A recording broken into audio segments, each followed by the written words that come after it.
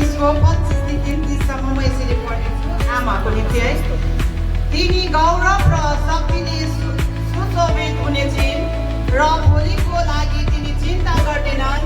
तिनी आफ्नो मुख खोल्दा बुद्धिको कुरा गर्छिन् र तिनको शिक्षाको सार दयाले भरिएको हुन्छ।